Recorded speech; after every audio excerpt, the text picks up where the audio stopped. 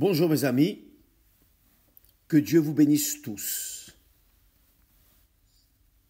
Que le Seigneur Jésus, dans la personne du Saint-Esprit, ait son nom sanctifié dans votre vie. C'est le secret. Si vous sanctifiez le nom du Seigneur Jésus-Christ ici sur terre, vous serez glorifié par lui là au ciel. Vous serez reconnu là au ciel. Voyez bien, si vous sanctifiez le nom du Seigneur Jésus-Christ ici sur terre, vous serez reconnu par lui, certainement. Vous pouvez être sûr de cela. Aussi vrai que Dieu existe, aussi sûr que Dieu existe. Parce que, voyez, juste à titre de conscience, là, dans le livre d'Ésaïe, au chapitre 52, Ésaïe 52, au verset 5, Dieu dit les mots suivants. Voyez, il dit, « Et maintenant, qu'ai-je à faire, dit l'Éternel, quand mon peuple a été gratuitement enlevé. » Faites attention à cette question. Et maintenant, qu'ai-je à faire, dit l'Éternel, quand mon peuple a été gratuitement enlevé? Ces tyrans poussent des cris, dit l'Éternel, et toute la durée du jour, mon nom est outragé.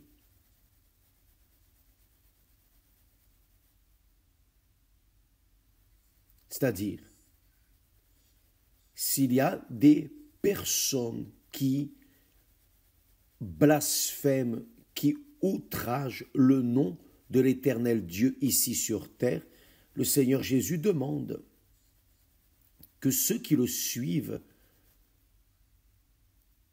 prient pour que le nom du Père, du Fils et du Saint-Esprit, le nom du Seigneur Jésus-Christ, soit sanctifié ici sur terre. D'ailleurs, lorsque l'on parle du nom, de son nom est Seigneur, se référant au Père, Dieu Père, Jésus, se référant au Dieu Fils, Christ, se référant au Dieu Saint-Esprit. Donc, lorsque vous dites Seigneur Jésus-Christ, vous parlez du nom de Dieu. Et si vous sanctifiez, ce n'est pas glorifier, ce n'est pas louer, non. Sanctifier, c'est montrer à ceux qui incessamment blasphèment contre lui, voyez la différence. Vous êtes une personne qui craint Dieu, qui craint le Seigneur. Donc, votre caractère est pur. Vous êtes une personne de la vérité. Vous n'aimez pas, vous haïssez le mensonge, car vous savez que celui qui blasphème contre le nom de Dieu est du côté du mensonge, du côté du diable. Donc, comme vous êtes du côté de Dieu, vous avez un comportement qui craint l'Éternel. Vous êtes cette personne qui fait le bien, vous êtes du bien, vous ne faites que le bien à votre semblable. Cela signifie que vous êtes en train de sanctifier le nom de l'Éternel Dieu. Ça, c'est sanctifier. Lorsque nous sanctifions le nom du Seigneur Jésus-Christ, ici sur terre, naturellement, viendra son royaume, car d'autres personnes proches le verront à travers vous, à travers nous. Et son royaume se répand, grandit. Et là, qu'arrive-t-il? Quelle est la conclusion? La conclusion est le suivant. Sa volonté est faite sur terre comme au ciel. Donc, lorsque je sanctifie le nom du Seigneur Jésus dans ma vie, dans mon comportement, dans mon caractère, alors je suis en train de donner l'opportunité à d'autres personnes de connaître ce Dieu vivant, juste, parfait, bon. Les personnes voient en moi quelqu'un de différent. Et alors, ces personnes vont adhérer à ma foi, cette foi que je professe, vont accepter le Seigneur Jésus comme Seigneur et vont alors commencer à faire la volonté de Dieu. Car ici sur terre, la volonté désirée, désespérément voulue, c'est la volonté du diable. C'est la réalité. Nous vivons dans un monde enveloppé, engagé avec le diable. Car il fait sa volonté. En faisant votre volonté, vous serez en train de faire la volonté du diable. C'est la réalité.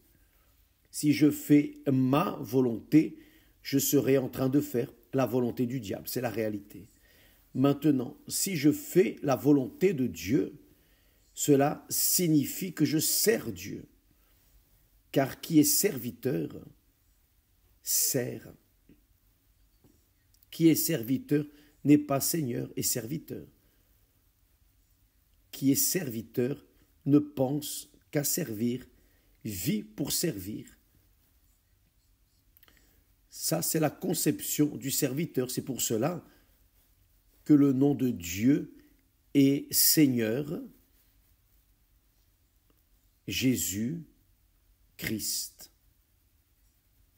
C'est le nom du Tout-Puissant, Seigneur des cieux et de la terre. Et vous sanctifiez son nom dans votre maison,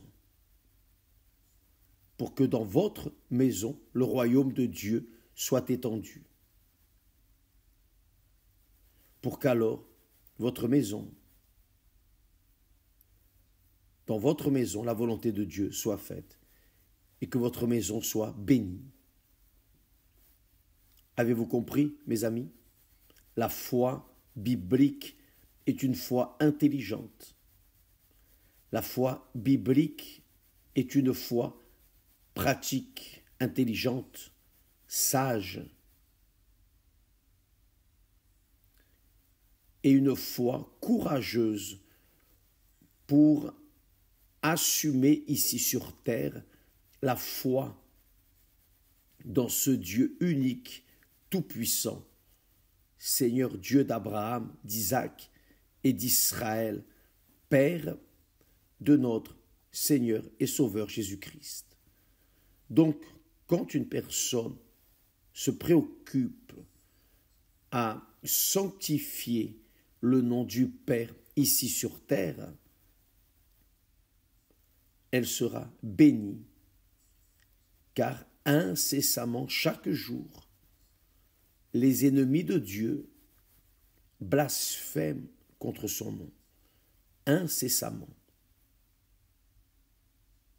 Chaque jour. Vous voyez comme Dieu souffre. Il a créé toutes choses, nous a donné tous les bénéfices. Même ainsi,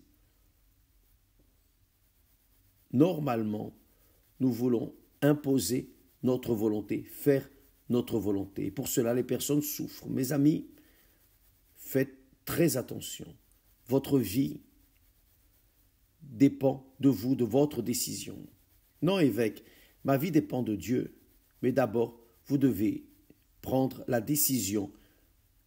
Si vous allez vivre à son service, si vous allez vivre pour honorer son nom, sanctifier son nom, ou si vous allez vivre pour satisfaire vos caprices, volontés, vos convoitises. Et c'est difficile de trouver des personnes qui veulent faire la volonté de Dieu, qui veulent cesser d'être maîtres, maîtresses de leur propre nez pour être serviteurs et servantes du Dieu très haut. Donc, ceux qui m'honorent, dit le Seigneur, je les honorerai, mais ceux qui me méprisent seront méprisés. Donc, vous voyez ce monde qui prend feu, mais le monde prend feu. Pourquoi? Parce qu'il méprise le Seigneur. Et il est évident que le monde reçoit ce qu'il sème. Et certainement, il va moissonner. Mais si vous semez dans votre cœur, si vous mettez cette convoitise, ce désir, cette envie d'honorer le nom du Seigneur, votre Dieu, le Seigneur Jésus-Christ, dans votre vie, vous ne pouvez pas imposer cela à qui que ce soit, mais vous pouvez vivre, vous pouvez pratiquer dans votre vie. Lorsque vous faites cela, toutes les autres choses seront ajoutées. C'est ce que David a dit. Fais de l'Éternel tes délices, et il te donnera ce que ton cœur désire. Donc, il sait parfaitement tout ce dont vous avez besoin et voulez. Donc, en accord avec sa volonté, il va répondre à vos nécessités. Vous pouvez être sûr de cela. Donc, mes chers amis, bien sûr que quand la personne écoute un message pour être servante, ce n'est pas très agréable. Ce n'est pas très sympathique. Je lutte pour être Seigneur, pour être la tête. Je veux être la tête. Je ne veux pas être la queue. Vous pouvez être tête. La tête du petit doigt, du pied du diable. Là oui, vous allez voir ce que c'est être la tête. Vous allez tout avoir, mais vous n'aurez rien. Vous allez vivre, échouer, déprimé, angoissé. Pourquoi? Parce que vous ne faites pas la volonté de Dieu. Que peut-on faire? C'est pour cela que Dieu dit aussi en Ésaïe qu'ils sont beaux sur les montagnes, les pieds de celui qui apporte de bonnes nouvelles, qui publie la paix, de celui qui apporte de bonnes nouvelles, qui publie le salut, de celui qui dit à Sion, ton Dieu règne. Alléluia. Quelle chose merveilleuse, magnifique. Mes amis, lorsque nous servons Dieu, nous sanctifions le nom de Dieu. Nous avons la paix. Nous vivons en paix. Paix avec Dieu par-dessus toutes les choses. Et la paix avec nous-mêmes. C'est la réalité. Vous avez la paix. La paix. Dieu vous donne la paix. Parce que vous faites précisément ce qu'il voulait que vous fassiez. Et lorsque vous travaillez en harmonie avec Dieu, le servez en accord avec sa volonté, alors vous serez considéré le serviteur bon et fidèle. Le serviteur bon et fidèle, tout comme l'a été le Seigneur Jésus. Il est venu à ce monde pour servir. Le saviez-vous? Il s'est dépouillé de sa divinité, de son autorité divine, pour servir le Père ici sur terre, pour que le Père, le nom du Père, vienne à être sanctifié, non seulement dans sa vie, mais dans la vie de tous ceux qui croiraient en lui. Ô notre Père qui es aux cieux, sanctifie ton nom dans la vie de ce peuple. Je te demande, Saint-Esprit, élève des personnes dans ce monde entier, mon Père,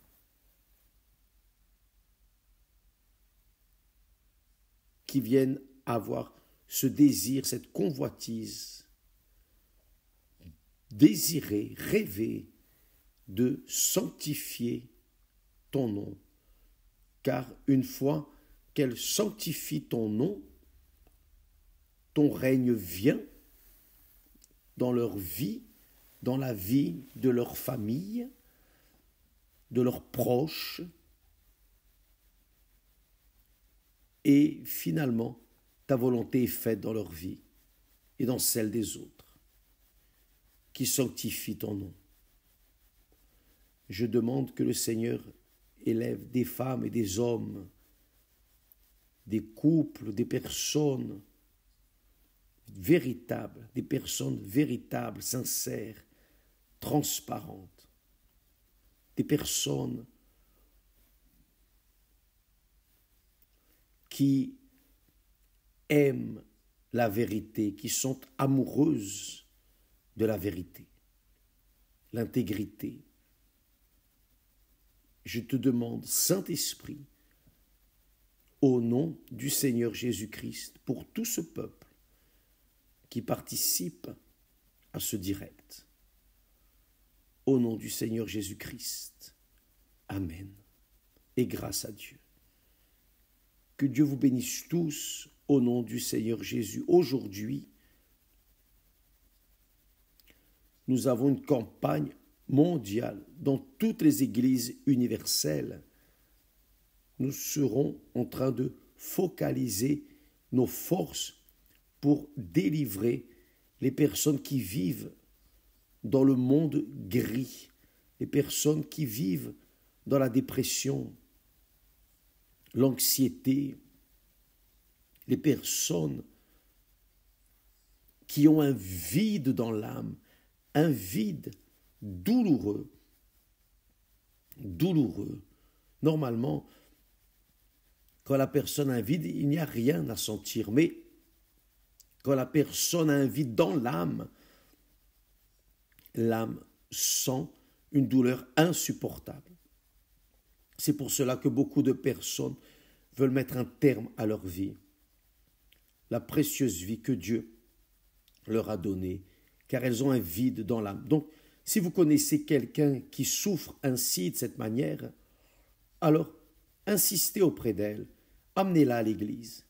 Aujourd'hui, n'importe quelle église, ce sera le matin, la première réunion, la seconde et troisième réunion. Et là où il y a 5 réunions, il y aura 5 réunions tournées vers cet objectif, arracher des griffes de Satan ces personnes qui sont prisonnières, qui n'ont pas de force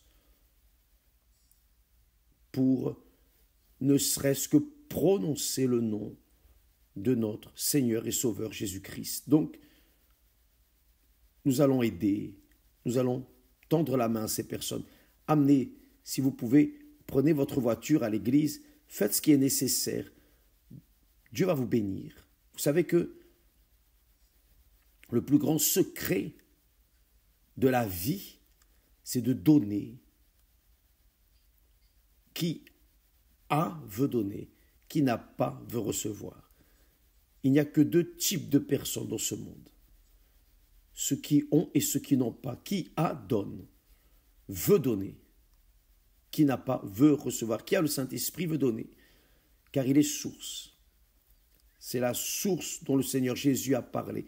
Qui n'a pas le Saint-Esprit ne veut que recevoir, ne pense qu'à gagner.